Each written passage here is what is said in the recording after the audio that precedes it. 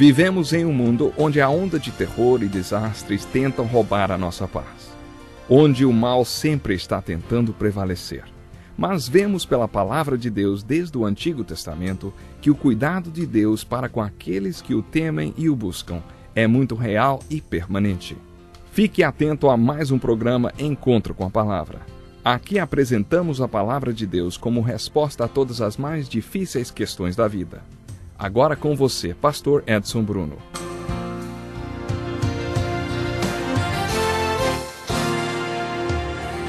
Seja muito bem-vindo para mais um Encontro com a Palavra. No programa de hoje estudaremos um dos temas mais conhecidos das Escrituras e também um dos mais polêmicos. Hoje finalizaremos o estudo da primeira carta de Paulo aos Tessalonicenses. No último programa comentamos sobre a cronologia dos eventos da segunda vinda de Jesus Cristo. Você vai ouvir agora um trecho do capítulo 5 desta carta e verá como Paulo tratava a questão. Ele escreveu assim: Irmãos, quanto aos tempos e épocas, não precisamos escrever-lhes, pois vocês mesmos sabem perfeitamente que o dia do Senhor virá, como ladrão à noite. Quando disserem paz e segurança, a destruição virá sobre eles de repente, como as dores e parto à mulher grávida, e de modo nenhum escaparão. Nesta passagem de 1 Tessalonicenses capítulo 5, Paulo parece estar dizendo que devemos ser alguém que venha desconsiderar qualquer teoria sobre um tempo exato da volta de Jesus Cristo. O tema central das duas cartas aos Tessalonicenses é a segunda vinda de Jesus Cristo, mas, à medida que Paulo desenvolve esse tema, observamos que ele também não tem certeza de quando exatamente será a volta do Senhor Jesus. Paulo escreveu a segunda carta porque os Tessalonicenses compreenderam mal o que ele disse na primeira e também porque haviam falsificado algumas de suas cartas. Além disso, os Tessalonicenses estavam alegando estar recebendo revelações e profecias, dizendo que certos aspectos da segunda vinda já tinham acontecido. Paulo então toma uma posição muito firme na segunda carta com respeito à vinda do Senhor, dizendo que ela não aconteceria tão cedo quanto eles estavam pensando. Jesus falou em seu sermão do Monte das Oliveiras que, quanto ao dia e a hora, ninguém sabe, nem os anjos dos céus, nem o Filho, senão somente o Pai. Nesse ponto, Jesus, Deus em carne, lançou mão de sua onisciência. Ele disse que nem mesmo ele sabia o exato momento de sua volta. No primeiro capítulo de Atos, Jesus disse: Não lhes compete saber os tempos ou as datas que o Pai estabeleceu pela sua própria autoridade, mas serão minhas testemunhas. Jesus disse aos discípulos que eles tinham recebido uma tarefa muito importante e agora deveriam continuar, porque os tempos, principalmente os tempos e épocas do seu retorno, estavam e estão nas mãos do Pai. Eles deveriam cuidar de cumprir a grande comissão e ser testemunhas. Entretanto, Paulo continuou em 1 Tessalonicenses 5, dizendo assim: Mas vocês, irmãos, não estão nas trevas para que esse dia os surpreenda como ladrão. Vocês todos são filhos da luz, filhos do dia. Não somos da noite nem das trevas, portanto não durmamos como os demais, mas estejamos atentos e sejamos sóbrios. Isto concorda com o que Jesus ensinou no Monte das Oliveiras. Em Mateus 24, Jesus diz que não podemos saber quando tudo vai acontecer, mas há sinais dos tempos. Ele listou uma série destes sinais. Paulo concorda com o ensino de Jesus quando afirma que somos filhos da luz e que há certos sinais da segunda vinda, aos quais devemos ficar atentos e não sermos pegos de surpresa como aqueles que são da noite. Estes ensinos de Paulo na primeira e na segunda carta aos Tessalonicenses sobre a segunda vinda de Jesus Cristo são inspirados e servem para nos ajudar a tomar uma posição a respeito da nossa vida. D.L. Moody foi um dos missionários que disse assim: O mundo é como um navio que está afundando, e minha missão não é consertar nem tentar salvar o navio, mas sim salvar o maior número de pessoas que estiverem nele antes que ele afunde. Portanto, meu irmão, o navio está afundando. Precisamos trabalhar. Foi esta a ilustração que Moody usou para aplicar o ensino da volta de Jesus Cristo em sua própria vida. Qual é a sua opinião a respeito do que vai acontecer à Terra e ao universo, de acordo com o que você compreendeu das Escrituras, hein? Você acha que a Terra e o universo foram criados para durar para sempre e jamais serão destruídos? Preste atenção no que Jesus falou. Os céus e a terra passarão. Considere também o 3º capítulo de 2 Pedro, em que ele fala sobre o grande e terrível dia do Senhor. De acordo com Pedro, os céus serão desfeitos pelo fogo e a terra se derreterá com calor efervescente. Você ainda acha que a terra vai durar para sempre? Tudo que eu disse no último programa e estes acontecimentos dos quais a Bíblia fala vão acontecer. Agora, para entender a ordem cronológica de todos estes eventos, é necessário que sejamos muito humildes diante de Deus. Esses eventos, como o arrebatamento da igreja, são chamados a segunda vinda de Cristo. O arrebatamento da igreja é o evento descrito por Paulo em 1 Tessalonicenses capítulo 4, versos 13 a 18. Entretanto, há outros, como por exemplo o reino de 1000 anos ou o milênio. Alguns acham que este reino vai acontecer literalmente, outros acham que é figurativo. Aqueles que acham que o reino é espiritual ou figurativo são chamados de amilenistas. Aqueles que acreditam que Jesus Cristo vai voltar antes do estabelecimento deste reino de 1000 anos na terra são chamados pré-milenistas. Aqueles que acham que as coisas vão ficar cada vez melhor e que o reino de Deus será aqui mesmo na terra são chamados de pós-milenistas.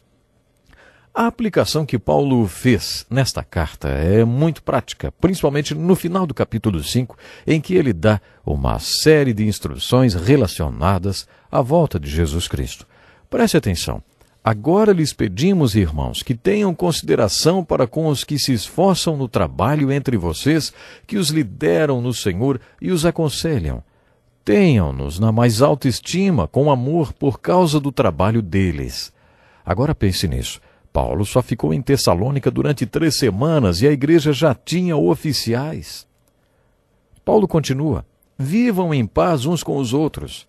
Exortamos vocês, irmãos, a que advirtam os ociosos, confortem os desanimados, auxiliem os fracos, sejam pacientes para com todos. Tenham cuidado para que ninguém retribua o mal com o mal, mas sejam sempre bondosos uns para com os outros e para com todos. Alegrem-se sempre. Um desafio e tanto, não? Estar sempre feliz? Mesmo numa segunda-feira fria? Sim, alegre-se sempre. É o que Paulo diz. Ele também diz: orem continuamente. Esse também é um conselho e tanto. Mais uma vez vemos a importância da oração na vida e no ministério de Paulo. Creio que Paulo orava sem parar. Você pode perguntar: mas como é possível alguém orar sem parar, hein?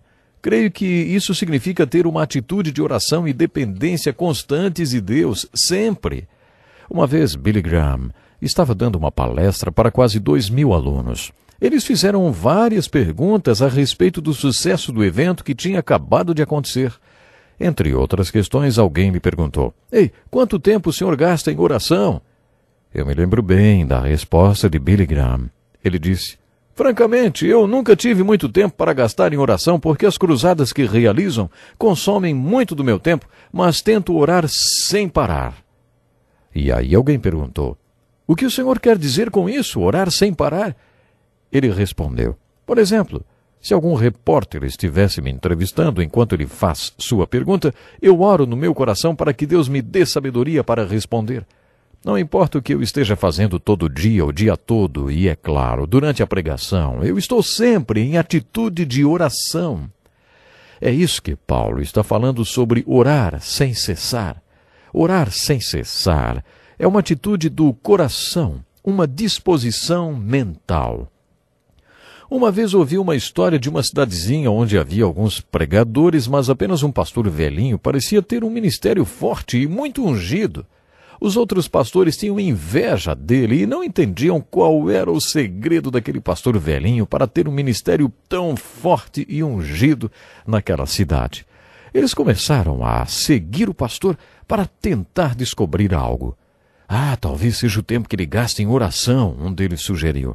Aí este pregador se escondeu debaixo da cama do pastor ungido, achando que antes de dormir ele iria gastar umas 2 horas orando.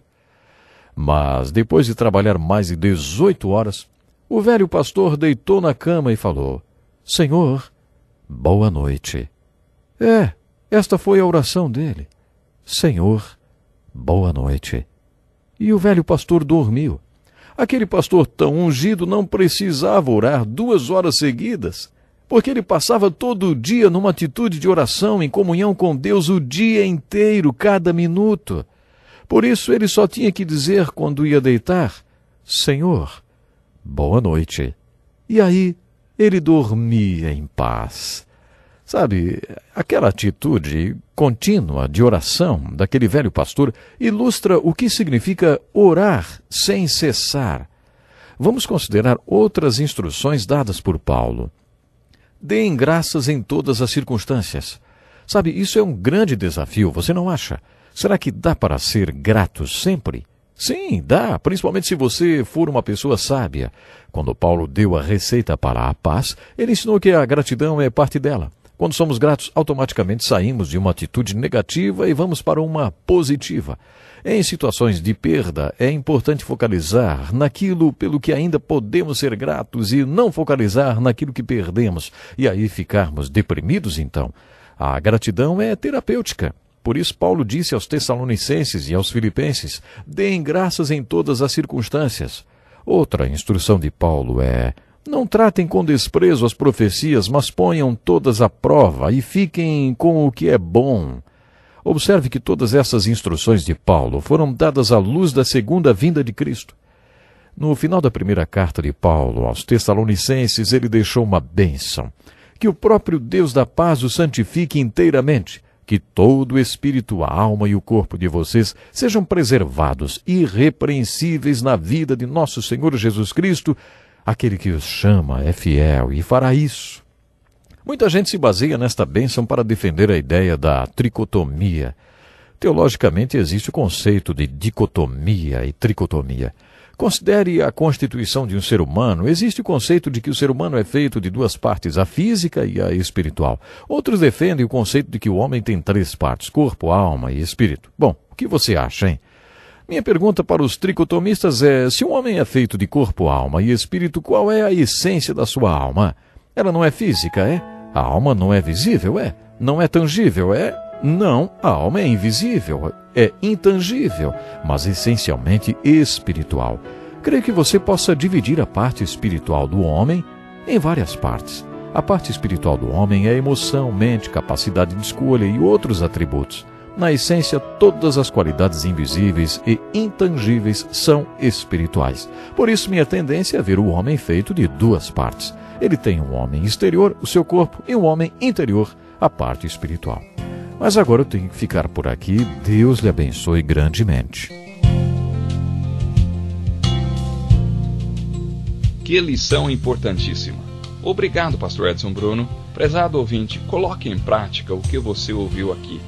Sem dúvida, sua vida será grandemente abençoada. Este é um estudo escrito pelo Dr. Dick Woodward, na voz do pastor Edson Bruno. Escreva-nos e solicite o material. Nosso endereço é Encontro com a Palavra, Caixa Postal 2011, CEP 89201-970, Joinville, Santa Catarina. Até o nosso próximo Encontro com a Palavra.